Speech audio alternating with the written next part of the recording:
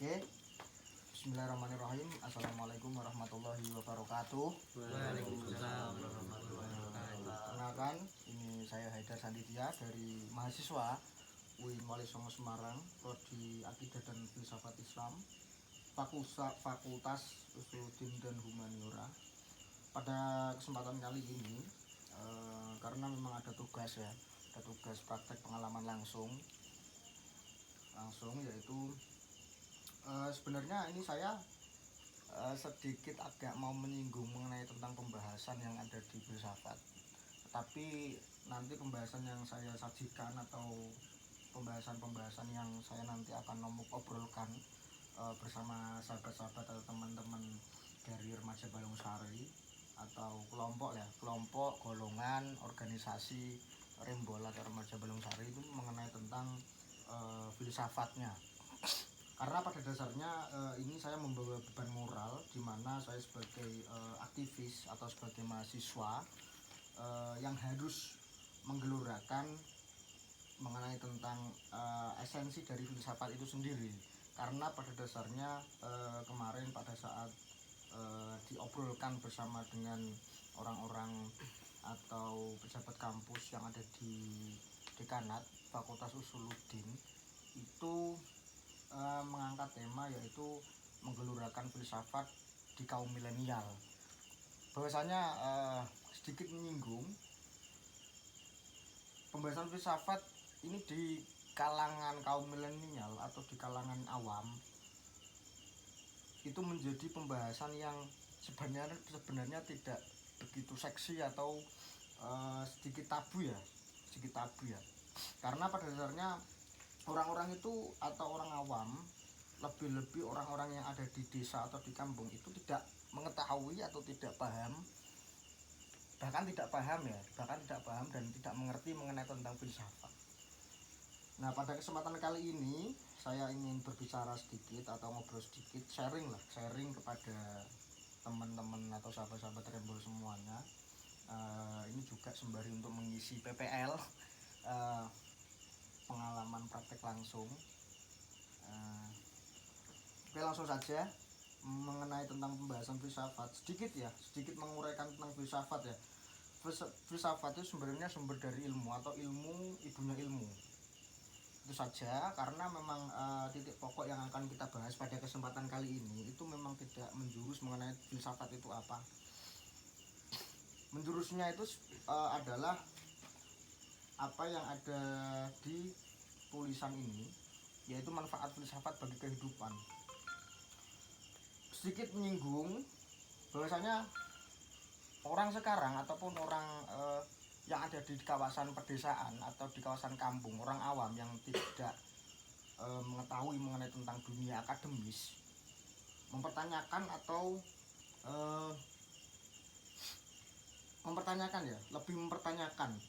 bukan masuk dengan filsafat itu apa. Jadi mempertanyakan mengenai tentang esensi dari filsafat itu sendiri. Apakah hanya sekumpulan teori atau segumpulan pemikir-pemikir yang selalu memikirkan apa itu hidup? Karena pada dasarnya filsafat saya anggap itu sangat bermakna dan berarti dalam kehidupan.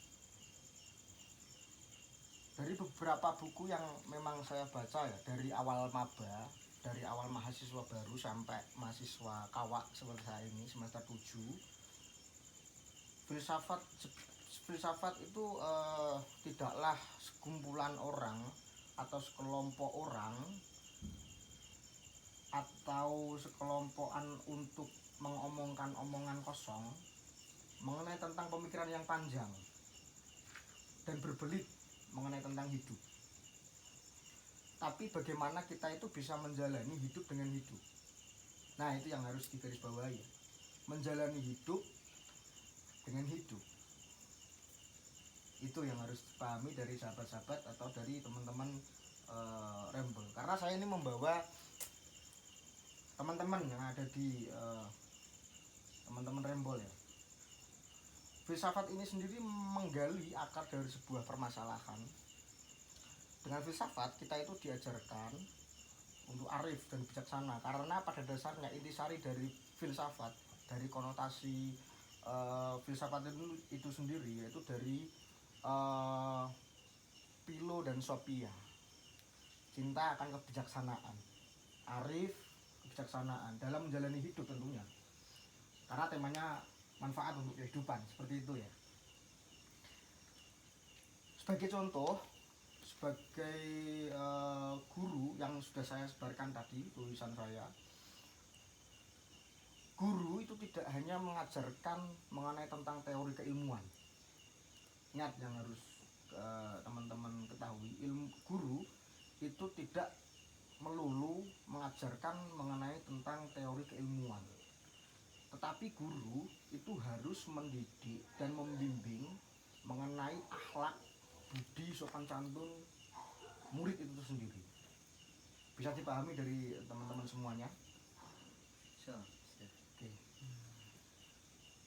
Kita dengan filsafat kita bisa belajar akan menghargai makna, karena menghargai itu akan tumbuh dedikasi terhadap apa yang akan kita lakukan dalam hidup. Contoh seperti guru tadi, guru tidak melulu mengajarkan tentang keilmuan, ilmu, tetapi yang harus benar-benar dipahami oleh seorang guru, kalau ada di pondok pesantren itu seorang ustadz, atau di madrasah diniyah itu seorang ustadz, itu harus mengajarkan tentang moralitas kehidupan yang harus diajarkan oleh murid, budi pekerti. Oke. Kemudian lantas apakah hanya filsafat dapat dikenyam di bangku kuliah saja?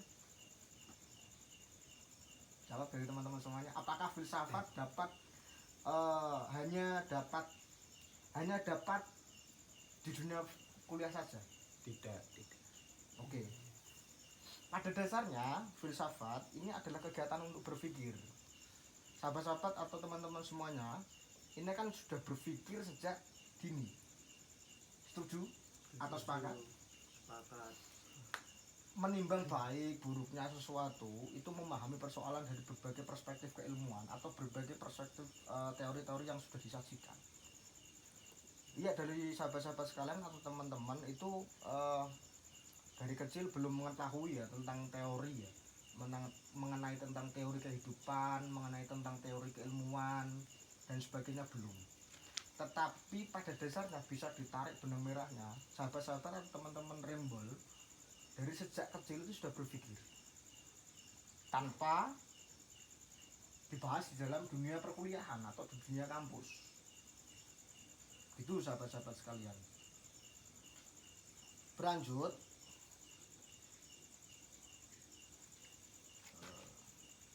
oke, kita memasuki intisari.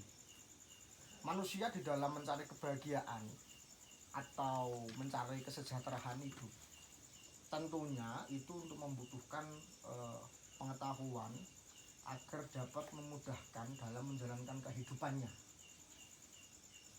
Ingat, manusia dalam mencari kebahagiaan dan kesejahteraan hidup itu perlu dan membutuhkan pengetahuan agar memudahkan dalam menjalankan kehidupannya. Dalam memahami suatu pengetahuan diperlukan sebuah pendekatan, yaitu secara psikologis, secara biologis. Itu sangat diperlukan. Jadi mengenai tentang terkait jenis pengetahuan itu sendiri, yaitu pengetahuan secara logis. Secara logis yaitu mengenai tentang pengetahuan yang ada di pikiran kita. Berarti apa? Dunia intelektual, berpikir.